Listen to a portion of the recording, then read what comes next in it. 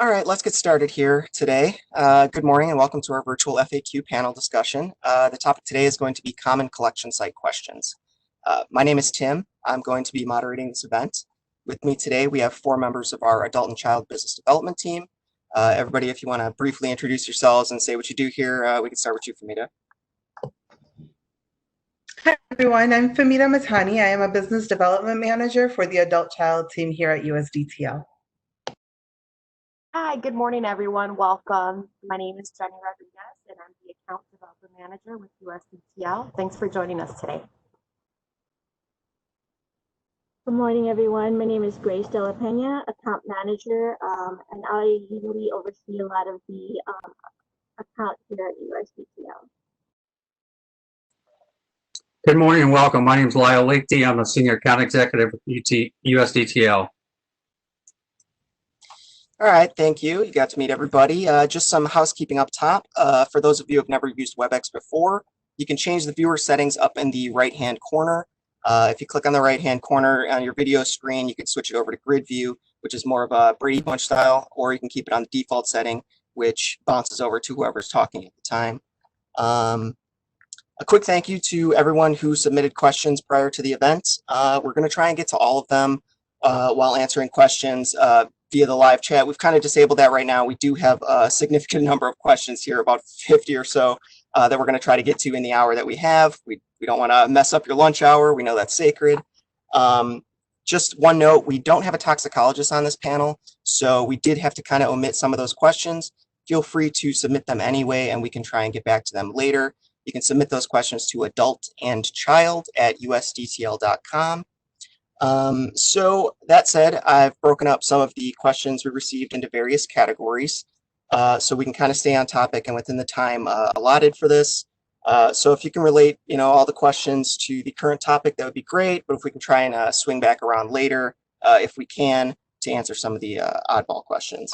So panelists, by show of thumbs here, are you guys ready? Thumbs, yeah, thumbs. Okay, cool. All right, let's begin. So the first question we have here is related to alcohol. And it's, can you explain what 333 is for alcohol testing? Who wants to take this one? This is Lyle. I'll take that question. Good question. When selling alcohol testing, we recommend your customer think of 333 and ask if the detection window needs to be 3 days, 3 weeks, or 3 months. This will help them determine which specimen test will work best in their situation. Testing ETG and ETS in urine, for example, has a look back of up to approximately 3 days. Testing PEth in blood via dried blood spot has an average look back of about 3 weeks. And testing ETG in hair and fingernail has a look back of about 3 months. This is where you can guide your customer into understanding how long-term testing can be more beneficial to give them a better picture of what's going on.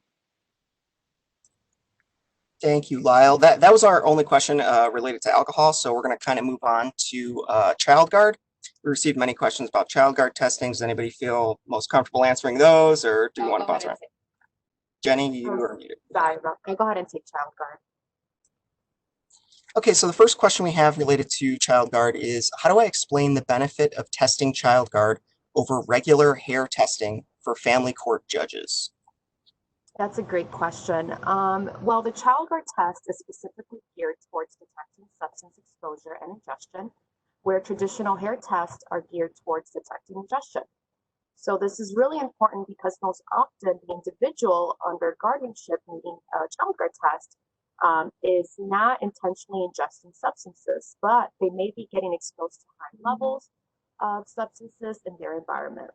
So there is absolutely no age limit for exposure testing, which makes it good for anyone under guardianship, including those with special needs and elderly.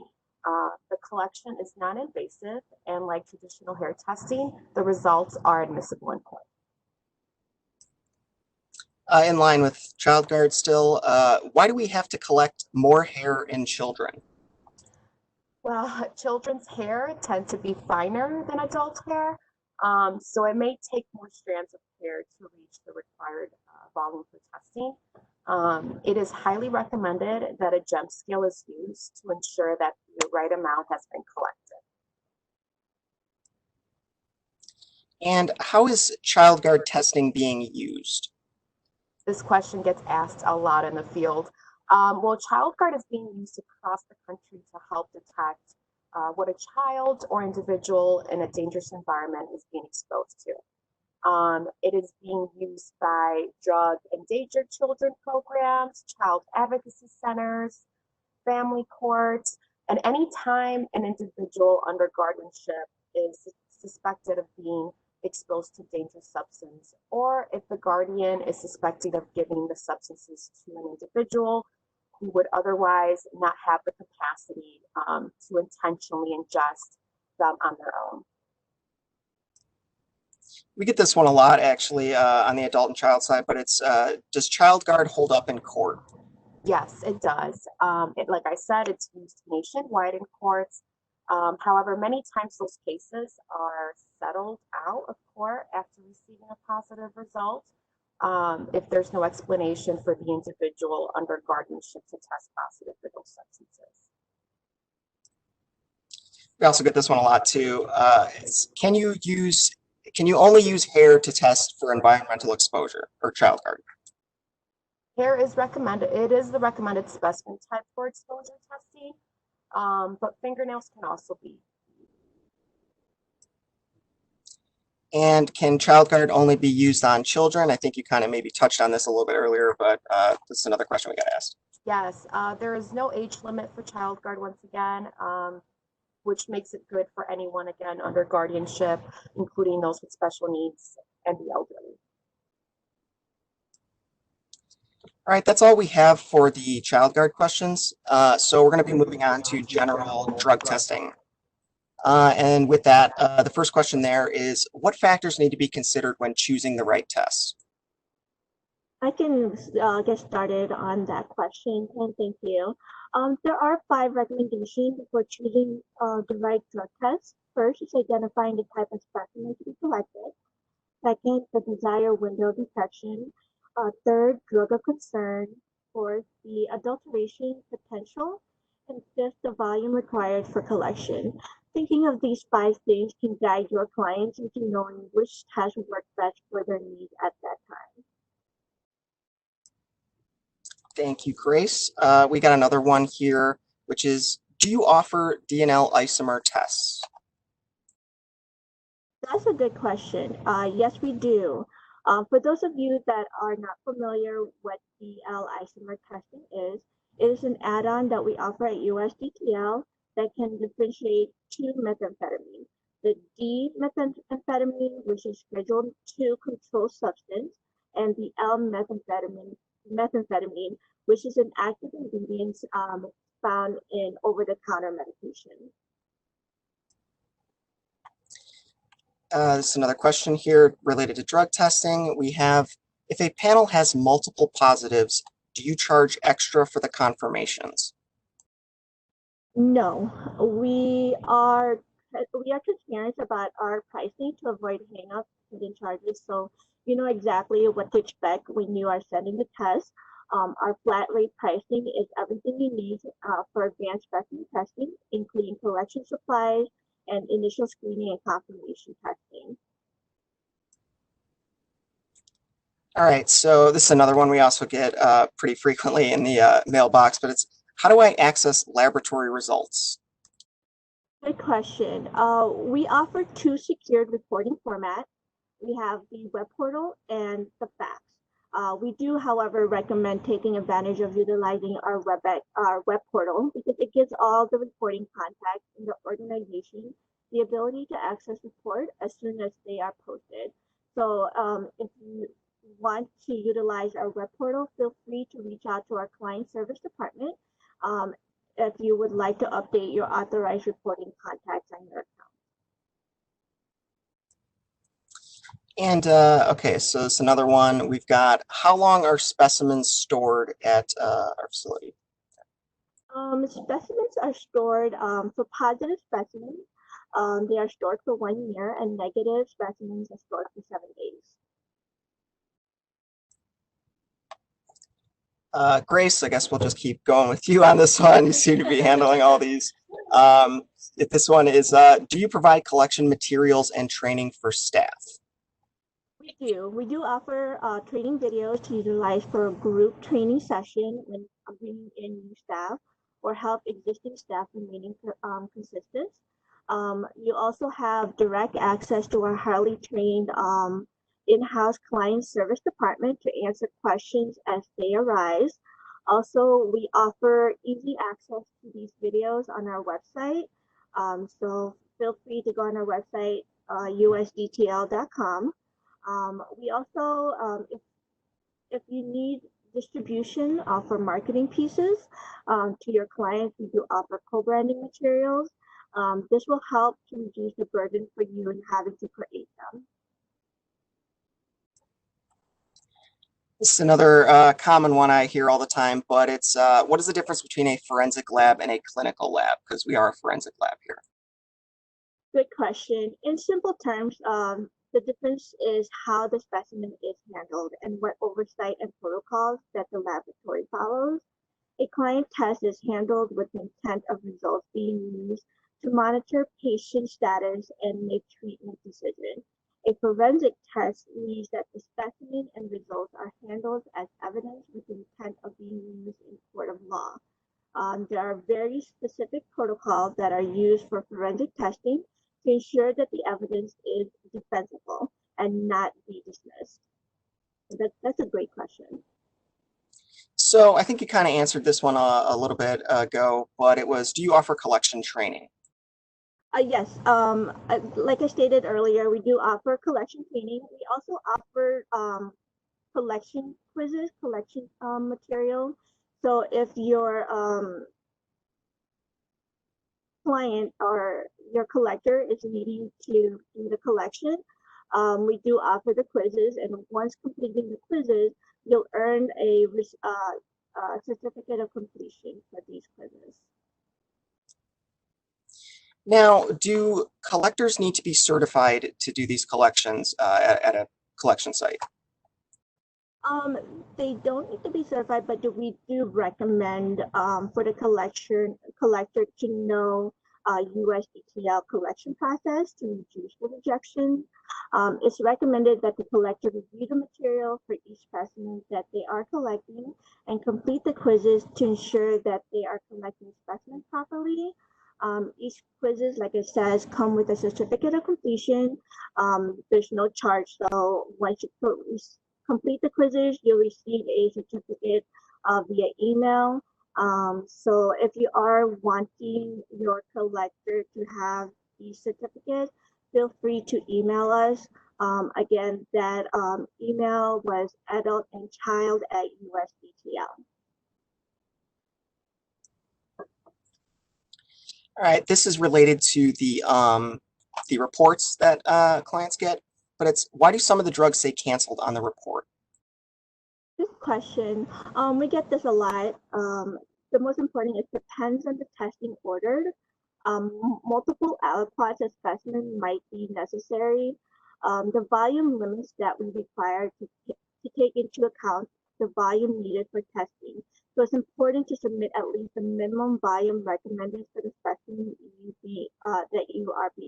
that's being tested.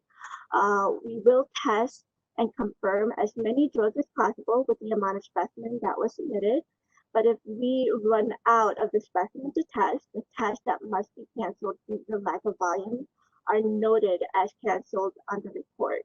So to avoid canceled results, we do recommend sending at least the required minimum volume of each specimen using the GEM scale during the collection. All right, I think you've been in the hot seat enough here. Maybe we can get. Thank you. we can get somebody else in here. Maybe Lyle. I don't know if you want to field a couple of these here, but yeah. Cool. So the next question I have here, still related to general drug testing questions. It's, why can't I order supplies for the whole year? That's a good question, and wanted to address that today if we got it or not. We fulfill order up to 90 days worth of supplies based on the most recent 90-day average of specimens submitted to us by our clients. So we found this to be a very good average. It works best for USDTL and our clients to ensure collection supplies are up to date and not expiring as well. So if you also need them sooner, we can quickly get those to you. So that's the reason why. And we do actually get this one quite a bit too, which is kind of why we wanted to put this on here. But does USDTL have an MRO? I can take that. No, we do not provide MRO services. We're an independently, privately owned laboratory. So if you want more information about why we do not offer MRO services, we can provide that to you. And you can please email us and we can send that information. And again, that email is adultandchild, all one word, at usdtl.com. So, okay, still on the drug testing topic here. We have a question here. Do you have someone on site to assist with more in-depth questions about testing? Oh, that's a good question. Yes, we actually have a very highly trained client services representative team, as well as toxicologists that assist with our inquiries. So it's very, very excellent service and training they go through to be able to answer questions, not just toxicologists, but also the client service team. So yes, we do. And we have an attorney is wanting a letter of interpretation. Do you offer such a service? Certainly, we offer litigation services that fit the needs of the client. We have different tiers, and you can just contact us, and we'll provide the details of those litigation packages. Again, at our client services number, or ourselves, or the email that we've repeated. Yep. Okay, we've got another question here. Still drug testing. Who would find these long-term specimen tests most useful? Well, there's lots of professions that would, drug courts, judges, attorneys, DUI courts, TPAs, family court, parents or adults going through situations with children, health and human services, social services, addiction or behavioral health treatment centers, specialty markets such as oil field operations, chemical plant operations, just a virtually unlimited amount of individual businesses and corporations that utilize this throughout the country and the world. This is, can long-term drug testing be used for post-accident drug testing? Well, long-term drug testing is really ideal when trying to detect high-risk, dangerous substance use behaviors. So a single dose may or may not be detected. As with any reservoir matrices testing, it's not possible to determine the time, the dose, or the frequency. So the use of post-accident testing is not ideal for long-term specimen tests. We get this one a lot from smaller collection sites, but it's what kind of judges and lawyers should I speak with? Okay, yeah, that's another good question. It'd be such as drug courts, family courts, DUI courts. They usually have the biggest need for long-term specimen testing. However, in today's world, you never want to discount anybody in that world that could utilize it.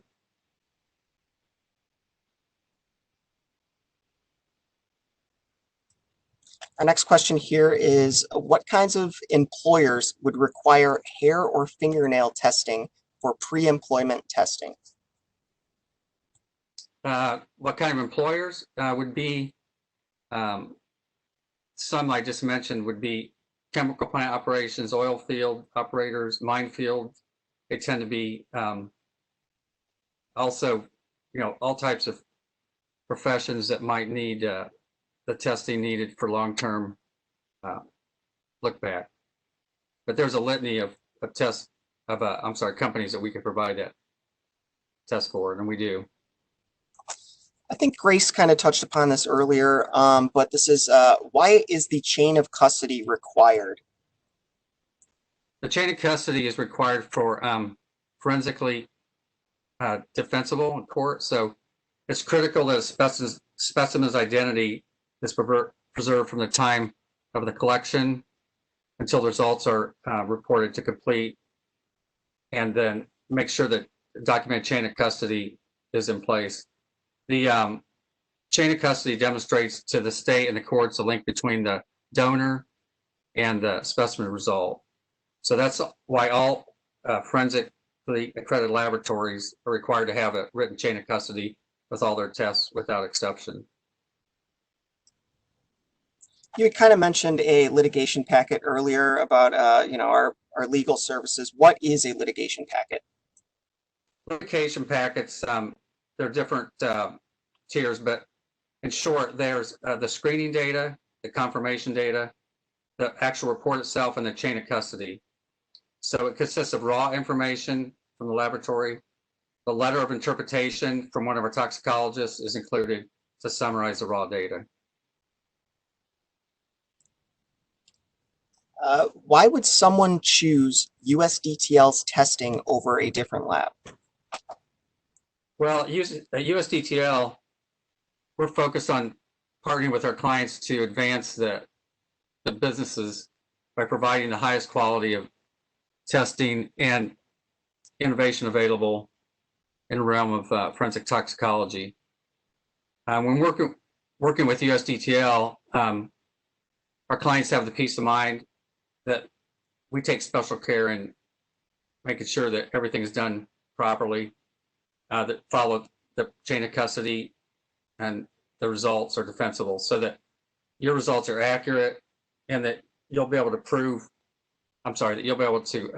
defend that if needed without any surprise for confirmations. I've been in the industry quite a while, and I knew USDTL before I joined, and it's one of the reasons I joined is because of the innovation and the quality. So it's really important to weigh those things when you're looking at a laboratory to work with. All right, that was the last of the general drug testing questions that we have here. Now we got some questions coming in about hair. So with that, is beard hair considered head hair or body hair? I'll go ahead and take that question. Scalp hair is the only hair that's considered head hair, and all the other hair is considered body hair. This is partially because all other hair on the body has a different growth cycle than head hair. Okay, so this is another hair question, which is, what does QNS mean and why was the specimen rejected because of it? QNS means quantity not sufficient, and that's a result of not having sufficient quantity of specimen to test for the panels that are being requested. Adhering to the recommended amount of specimen required for the collection is crucial. So, to be able to not only screen, but confirm the specimen that's being tested. So we highly recommend using a gem scale for every hair collection or nail collection. So if anybody's taking notes, gem scales, gem scale, gem scale, gem Go scale. on Amazon, they're super reasonable. Okay. So our next question here is, what is the recommended quantity for hair testing in an effort to avoid QNS, like you were just talking about? Great question. So to ensure that there is enough specimen to complete the test, it is recommended to submit a volume of 100 milligrams of hair for testing up to 9 panels, and 150 milligrams of hair for testing 10 panels and above. Again, gem scale. We highly recommend a gem scale for every single collection with USDTL. This isn't so much a problem for me, but this question is, should you collect cosmetically treated hair? No. Anything that's bleached, perm, dyed, or has been straightened can affect the outcome of a hair test. So cosmetically treated hair should not be collected and just considered an alternate specimen such as fingernail. All right, so we have another hair question here. Can a hair test be manipulated by the donor? Absolutely. Again, bleaching, perming, dyeing can affect the outcome. So again, do not collect anything that has been cosmetically treated. And in these cases, we suggest an alternate specimen collection. So on a longer hair specimen, can you tell me what the look back is on that? I'm trying to paraphrase the question here. Not a problem. So we recommend, so we will test only 1.5 inches located at the root end of the hair closest to the scalp. Any length longer than 1.5 inches from the root end is clipped off in the lab before we process it. This gives a look back of up to approximately 3 months. In line with that, can you segment the hair? What is that? Well, again, we only test the 1.5 inches that's located at the root end of the hair, closest to the scalp. So any length longer than 1.5 inches from the root end is clipped off in the lab before processing. And again, it gives that look back of up to 3 months, approximately 3 months. All right, this next one is kind of hair and nail combined. So what is the difference between hair and nail testing? I could take that one. This is Fahmida.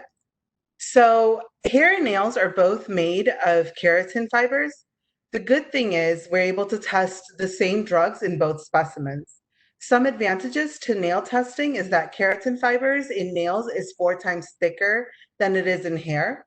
It is an observed collection, as the individual being tested is clipping their own nails while the collector watches, making it an easier collection because it is less intrusive than the hair collections. That's a really good question. Fahmida was patiently waiting there while we had a slew of drug testing questions. So going on to nail questions now. Can you test nails with nail polish? I think Jenny kind of said about adulterating hair. Does this adulterate the fingernail? Yeah, that's a really good question. No. So cosmetic treatments of any kind must be removed from the fingernail specimen prior to being submitted to USDTL for testing. So some examples of what cosmetic treatments are, you've got artificial acrylic, gel or silk overlays, nail polishes, base coats, top coats, hardeners. Any application to the nail that is not the natural nail material counts as cosmetic treatment. So when removing fingernail polish prior to collection, use a non-ethanol-based polish remover. Nails need to be cleaned thoroughly and look natural in color.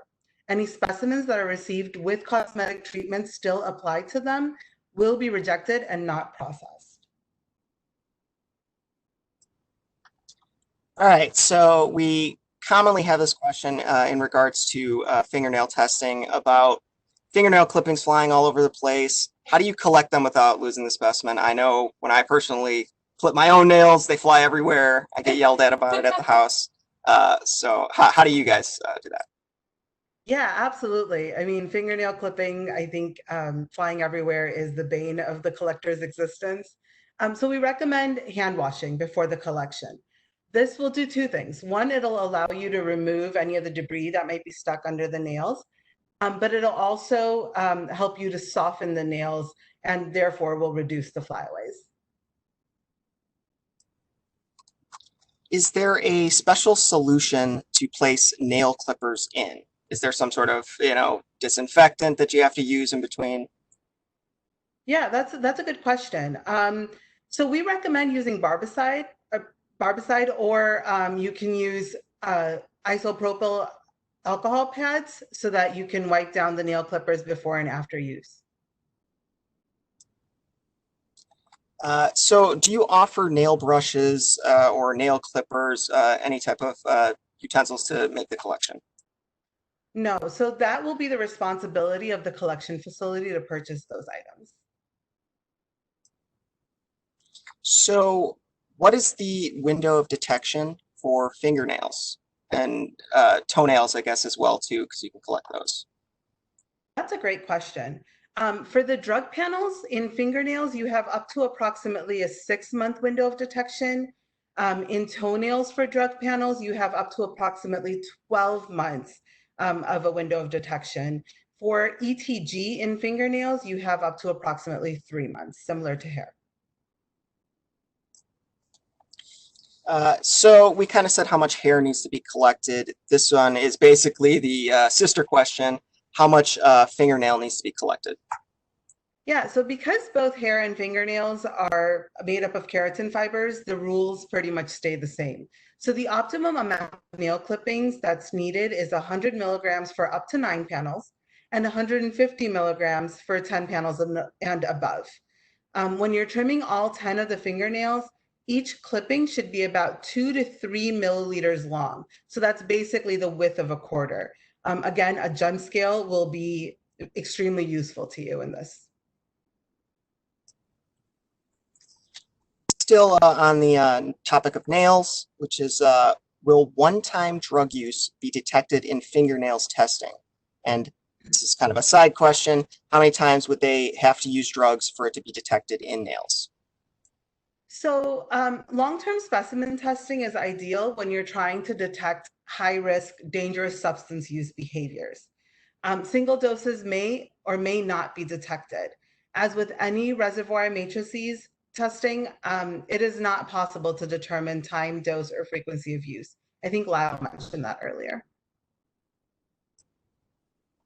So does nail testing cost more than hair testing?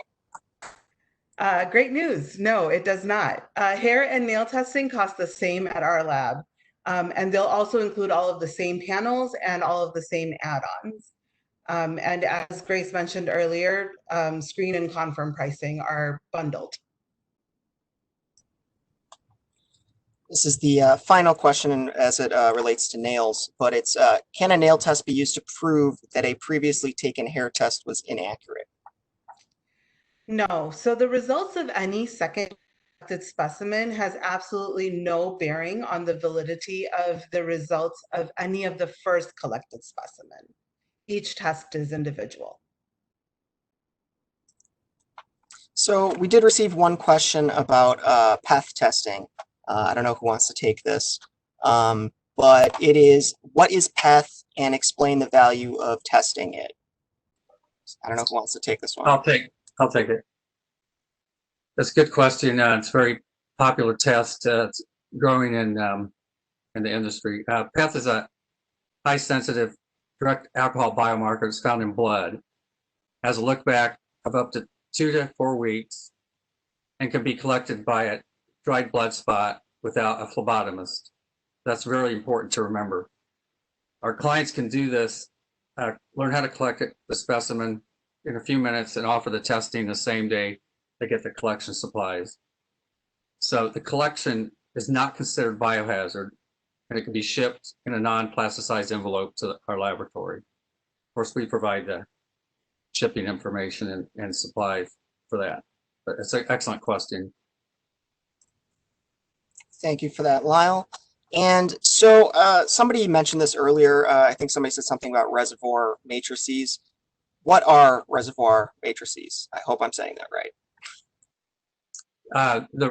I'll take that. The definition of reservoir matrices is a material that or substance that accumulates and retains drug and alcohol biomarkers so that specimens that can be drug tested can be considered a reservoir matrix.